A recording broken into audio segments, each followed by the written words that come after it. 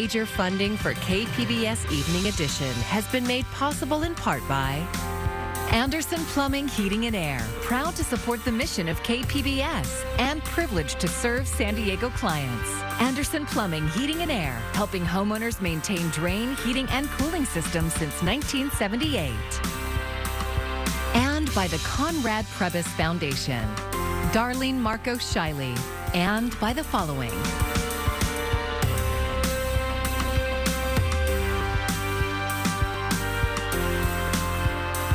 By viewers like you.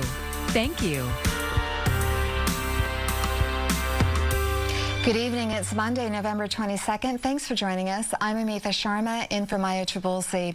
We begin with breaking news. It involves two large water main breaks that are still creating traffic tie-ups and detours in two heavily congested downtown areas. Add to that the damage, the cleanup, the wasted water, and taps still turned off, and it's been trying times for all affected. Here's KPBS reporter Kitty Alvarado. Downtown San Diego was a flooded mess on Sunday after two water main breaks. One caused a SIG alert on State Route 163, and another on 11th and A Street buckled roads and turned streets into rivers in the East Village. The biggest water flood I've ever seen in my life. Samir, who lives in the building on A Street, took this video at around 4 o'clock on Sunday. By Monday, a giant hole exposed the 76-year-old pipe that failed, closing roads as crews swept, scraped, and power washed streets and sidewalks trying to clean it all up. That's where it's coming from. And that water continued to flow for hours. It was not shut off until Monday at midnight. Well, that's a big crack. Oh my gosh, it's going to be flooded down there. People living within 6 blocks were without water or had low pressure. People lugging water down streets was a common sight downtown. And some say they just can't carry water to their apartments from the water buffalo stations set up by the city outside for daily necessities. I need a cup of coffee. Susie Dittmar says she's lived in San Diego 56 years and has never seen anything like this. She says the lack of information is frustrating. Well, you can't flush the toilet and there's no drinking water. Olga Cordova said she had to go to fill a bucket of water just for her and her family to wash their hands. She says this is especially worrisome during a pandemic. It's been this way since yesterday, and we just can't be eating with dirty hands like this. We're all worried. I hope they fix it fast, said Cordova. During a news conference on Monday afternoon, Mayor Todd Gloria said it took a while to locate the right valves to shut off the water, and it kept flowing until it was all flushed out. He says this shows the importance of infrastructure. People like to tell me a lot that infrastructure is not sexy. It's pretty darn sexy when things like this happen. We have to prioritize investing in infrastructure. We'll certainly be continuing to do our best to make that possible. He could not give an exact number of residents affected, but when we asked if the city was doing anything to reach out to elderly people who could not carry water to their buildings, he asked San Diegans to help each other until water could be restored by day's end. This is a situation where I'd ask neighbors to help neighbors. If you have a neighbor that you know has mobility issues, please knock on their door, check on them. He also said some may have to boil water. State regulators will have to decide. Kitty Alvarado, KPBS News. The White House claims 95% of the federal workforce is in compliance with the Biden administration's COVID vaccine mandate. The remaining 5% have submitted exception applications that are either approved or pending. The federal employee vaccine mandate is set to take effect by the end of the day. Administration officials say education and counseling will be made for workers who have not complied. More enforcement measures could be taken if needed. Thousands of active duty Marines are set to miss the service's November 28th deadline to be fully vaccinated. According to a Marine Corps statement, about 91% were fully vaccinated and 94% were partially vaccinated as of last week. Service members are considered fully vaccinated 14 days after getting a single Johnson & Johnson shot or 14 days after their second dose of Pfizer or Moderna. That means it is already too late for many to be fully immunized before the deadline. The Marine Corps has the lowest vaccination record among military branches. The Navy has the highest, with nearly 97% of active duty personnel fully vaccinated. Turkey's PPE and COVID-19 booster shots were all available at National City's public library today. KPBS Speak City Heights reporter Jacob Ayer has details on the event just in time for Thanksgiving. After a year filled with financial hardship and health struggles due to the coronavirus, National City leaders and partner organizations provided a bundle of holiday offerings for their community. The city's mayor, Alejandra Sotelo Solis, says the large lineup of cars at the drive-thru distribution proves just how needed these kinds of events are, especially over the past 2 holiday seasons. At 6 o'clock, people came to sign up to get their turkeys, and it was truly amazing to see, one, starting at 6 in the morning, people were here, that the need is so great. Besides 800 turkeys, PPE, and Pfizer booster shots that were offered for free, there were extra gifts for households that showed proof of vaccination. And for those yet to get their first dose of a COVID-19 vaccine, there was also a convenient option on site. For those first 200 households that showed proof of vaccination, we were able to give them another little gift from a grocery outlet. And not only that, but being able to share, hey, if you haven't had a chance to go get it and you're here in line, get your turkey and come back, park, and get your vaccine. Ellie Galvan is a National City resident who came out to the event. She got a frozen turkey, alcohol wipes, hand sanitizer, and even a COVID-19 booster shot. I needed my booster, and Kaiser, unfortunately, doesn't have one until January for me. So this was a blessing. Mayor Sotelo Solis says this is the 3rd annual turkey drive they've held in National City, but this year's event is the first to offer the COVID-19 vaccine. Jacob Ayer, KPBS News. Millions of people are expected to hit the road this week. KPBS reporter Melissa May has some travel tips from the experts at the Auto Club. 4.4 million Southern Californians are expected to travel for the holiday, and 3.8 million will be going by car. Of course, the negative side is that there's going to be a lot of traffic out there, and especially because San Diego is the #1 destination for Southern Californians. So even if you're staying in town, you're going to have a lot of company. Marie Montgomery is a spokesperson for the Auto Club of Southern California. She says the Tuesday and Wednesday before Thanksgiving are the worst times to travel. If you have to leave on those days, leave as early as you can. Montgomery warns drivers to keep your eyes on the road. Make sure that you're not driving distracted. If you have passengers, let them handle the technology, let them handle the navigation. Don't be doing it yourself.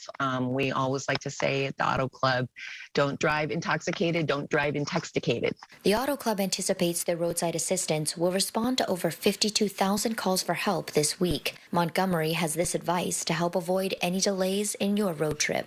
You want to make sure your car is checked out before you take that road trip. Check the air in their tires, check that their condition of their tires was good, check their fluid levels, check their battery to make sure it doesn't die. Those are our top type of maintenance problems.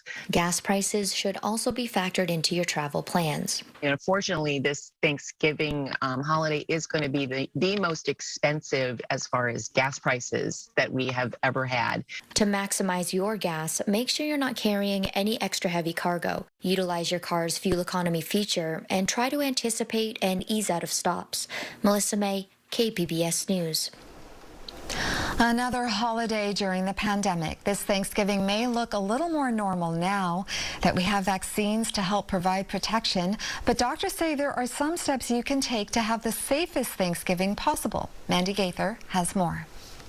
Of all the things for which you're thankful, another holiday in a COVID-19 pandemic probably isn't one of them. This year is going to be the most highly variable Thanksgiving celebration that we've probably ever seen. CDC guidance for a safe Thanksgiving is more relaxed than last year. For fully vaccinated families, getting together can be done safely. There's not enough time for kids ages 5 to 11 to become fully vaccinated by the holiday, but having a first dose of vaccine does provide a good deal of protection, says Ian Gonzenhauser with Ohio State University Wexner Medical Center. Many of those celebrations where the kids are getting vaccinated early, you can rest assured that the majority of adults are likely also vaccinated. So those are going to be very safe environments. The concern lies with gatherings among people who are unvaccinated. For those who haven't rolled up their sleeves, the CDC says to wear a well-fitted mask indoors. If you're vaccinated but live in an area of high transmission or you're around someone with a weakened immune system, it's recommended you wear a mask as well. The agency says outdoor celebrations are safer and advises a delay in travel plans until you're fully vaccinated. If multiple households are getting together, another layer of protection is COVID-19 testing. To make sure that that celebration can be safe and nobody takes home the wrong kind of memory or souvenir in a COVID infection. For Health Minute, I'm Mandy Gaither. Kaiser Permanente union workers will begin voting tonight at 7 p.m. on a contract agreement. The voting will continue through Wednesday at 5 p.m., involving the 4,000 UFCW workers. If ratified, the agreement calls for, among other things, across-the-board wage increases, bonuses, and wage parity for certain jobs. It also protects existing medical and pension benefits. San Diego's biggest expansion of public transit in more than 15 years is now up and running. The Blue Line Trolley now offers a one-seat ride from the border to UCSD and University City. KPBS Metro reporter Andrew Bowen examines the impact that extension could have and the work that's still left to do. Service on the extended UCSD Blue Line began on Sunday, but last week, MTS offered the media a preview ride. It was fast and smooth, with some excellent views you can't get while driving. So full disclosure, I've been looking forward to riding this trolley for a really long time, and it's hard to understate just how big a deal this project is. 9 new stations, 11 miles of tracks, and that's a 20% increase to the MTS trolley network. We are so excited about this project. Sharon Humphreys is the bubbly director of engineering and construction at SANDAC, the regional transportation agency that built the trolley extension. She says the project has been planned since the 1980s. I myself have worked on the project for the last 10 years, so if you are interested in instant gratification, civil engineering is not the field for you. One of the key decisions made early on was to build the tracks next to the I-5 freeway. That made the project cheaper and easier to build by limiting the amount of land SANDAG had to acquire. Nobody wants to part with their personal property, their land, so by running most of the project through public lands, we were able to avoid impacting property owners and impact personal property. The downside to that decision, half the land that surrounds many of the stations is taken up by the freeway, where there's no chance of building new housing or commercial development. Even where the city does have plans for transit-oriented growth, they'll likely take years to come to fruition. You know, when we look around, we don't see the kind of dense housing here that we might hope for. Katie Christ is a postdoctoral researcher at UCSD. The campus has 2 new stops along the Blue Line. She's starting a study of how the new trolley changes the transportation habits among university staff. And what we expect is that we'll see an increase in physical activity, an increase in biking, walking, transit trips, and a decrease in vehicle miles traveled among those people that live near to a trolley stop versus those that live further away. Christ plans on riding the trolley to campus a couple times a week. She lives in Normal Heights, miles and canyons away from the nearest trolley stop, but she's a gung-ho cyclist and transit rider, eager to get to the trolley however she can. The extension starts at Old Town and runs north between Pacific Beach and Claremont before reaching UCSD and University City. Christ and I rode our bikes up and down Balboa Avenue, the 3rd stop on the trolley extension. Massive trucks zoomed by us like it was a freeway. Many of the new stations are downright hazardous to access by foot, wheelchair, or bike. And Christ says most people who live far from these stations won't go out of their way to ride the trolley. There are plans to improve bike and pedestrian infrastructure around the stations, but there's no clear timeline on when they'll be complete, and they may require taking a lane or 2 away from cars. Christ says she doesn't see another option. We've set some really ambitious targets, right? With our climate action plan, we know that transportation is the biggest contributor to greenhouse gases that are warming the planet and causing, public health harm. So I think that is a trade-off we have to be willing to make. So the benefits of the new trolley may take a while to reach most San Diegans. But UCSD Chancellor Pradeep Khosla says he thinks the trolley will really catch on with students within a year. We have passes for all of our students. It's part of their student activity fees, and they're subsidized passes, and they're passes not just for the light rail, but also for the buses. So the students will have complete access to San Diego without a car. Or rather, access to the parts of San Diego you can easily get to via public transit. Andrew Bowen, KPBS News. As fire crews have worked to contain California's deadly wildfires, thousands of the state's iconic sequoia trees have been destroyed in the process. Experts say at least a fifth of the majestic giant sequoias have been lost in just the past 2 years alone. Stephanie Elam tours the damage and takes a look at what can be done to save them. We're on a hike in the Sierra Nevada mountains. But this is a tour of sequoia destruction. I'm not happy about 2,000 to 3,000 more dead large sequoias. It's a big number to me. That's 3 to 5% of the remaining monarch sequoias in the world, according to a preliminary report by the National Park Service. Killed in the K&P complex fire that churned through Sequoia and Kings Canyon National Parks and the Windy Fire further south. And that big number is on top of an even larger loss of mature sequoias last year in the Castle Fire, part of the Sequoia complex, that wildfire eviscerating 10 to 14% of the world's giant sequoia population. Brigham says this means in just the last 2 years, up to a fifth of mature sequoias, trees that have stood for at least 1,000 years, if not more, have been lost to wildfire. That's not sustainable. That is not getting wildfire and climate change resilient forests. It's a conflux of concerns these scientists never thought they would see. The threat made worse by another year of drought, leaving the sequoias dry and vulnerable. That means its water source has been there for over 2,000 years. That water's not there means that the climate and the world around it has changed. But lessons learned last year helped save some sequoia this year.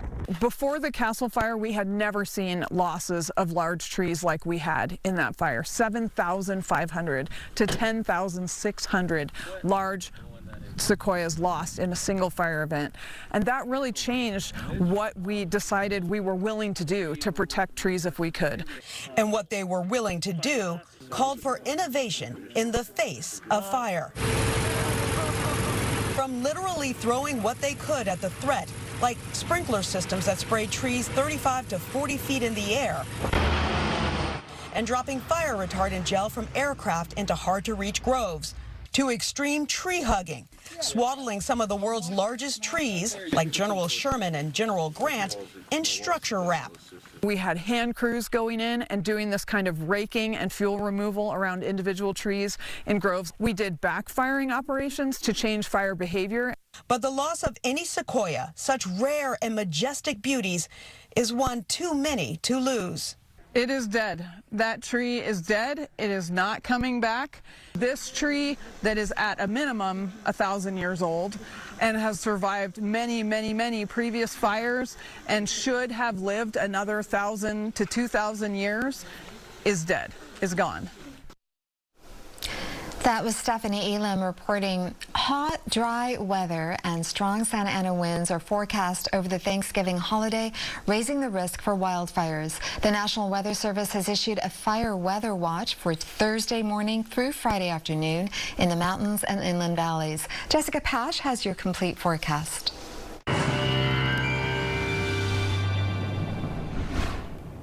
Well, After several days of offshore flow and warmer temperatures, the onshore flow is back. We'll see more in the way of cloud cover, some moisture, and spotty shower chances mainly in the mountains and the deserts. And then temperatures are going to warm up again later in the week as the winds shift and we go back to a more offshore pattern, again likely later this week. Temperatures for tonight getting down to the upper 40s for you in Oceanside, 50 in Ramona, 54 for you out towards Borrego Springs. Lots of cloud cover through the overnight period, and we'll rinse and repeat for the day tomorrow. Again, you can see all this cloud cover just building on in throughout the day on Tuesday, and all of that has to do with this digging trough here. It's been bringing the moisture. We have an upper level low that's kind of nestled in here too.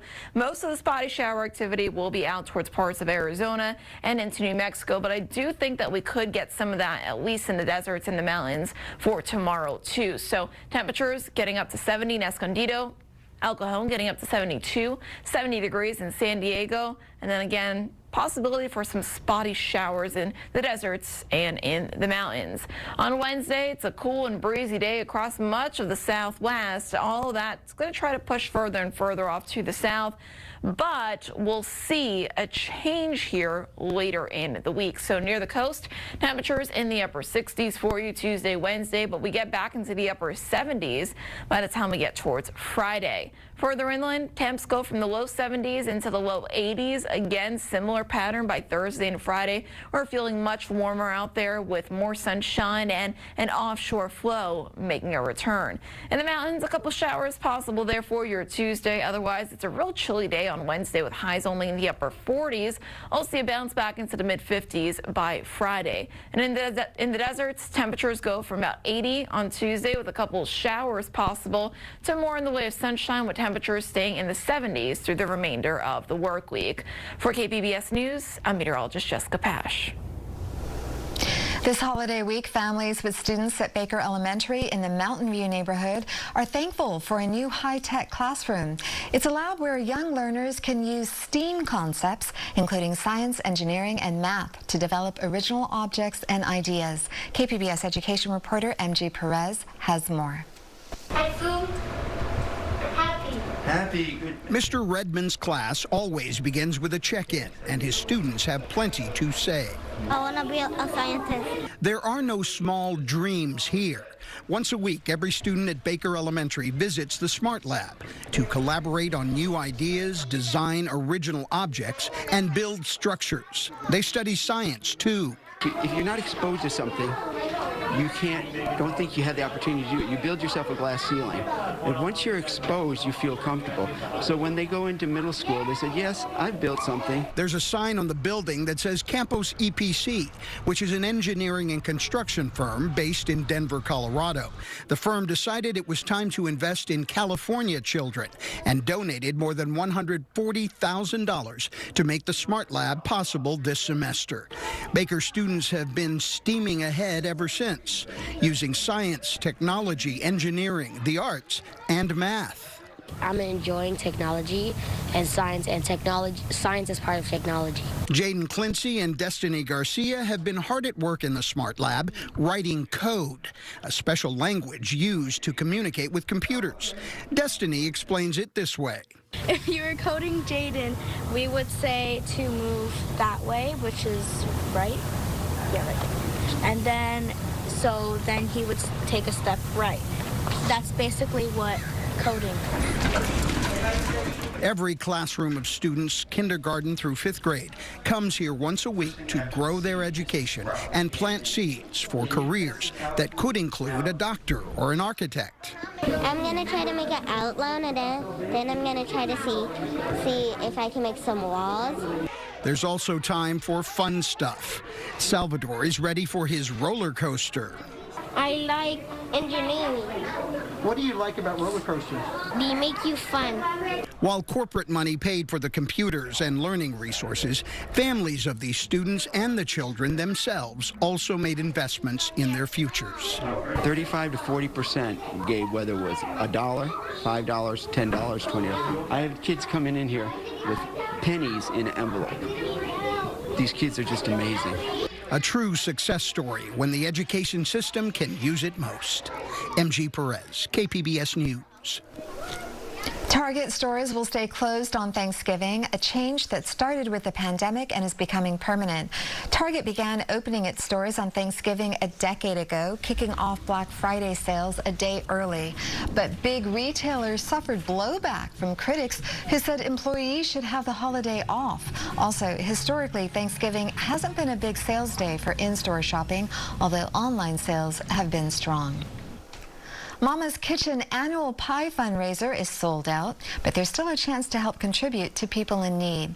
Today, volunteers gathered to package 3,000 pecan, pumpkin, and apple pies. Money raised will go toward Mama's mission to deliver healthy meals to critically ill San Diegans. They deliver about 600,000 meals each year, and each pie sold provides 12 meals.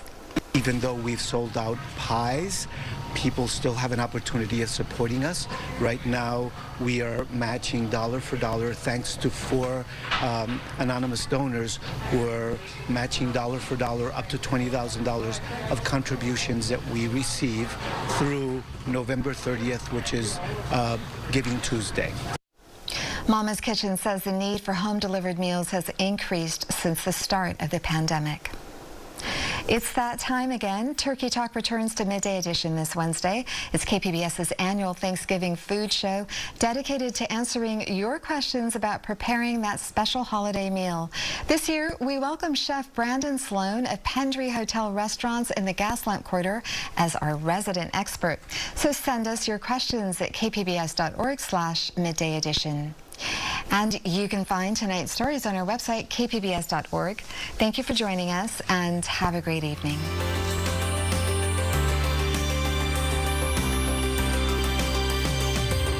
Major funding for KPBS Evening Edition has been made possible in part by Anderson Plumbing, Heating and Air, proud to support the mission of KPBS and privileged to serve San Diego clients. Anderson Plumbing, Heating and Air, helping homeowners maintain drain, heating, and cooling systems since 1978.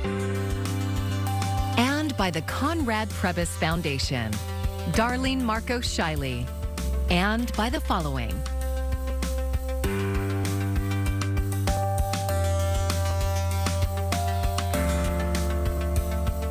By viewers like you. Thank you.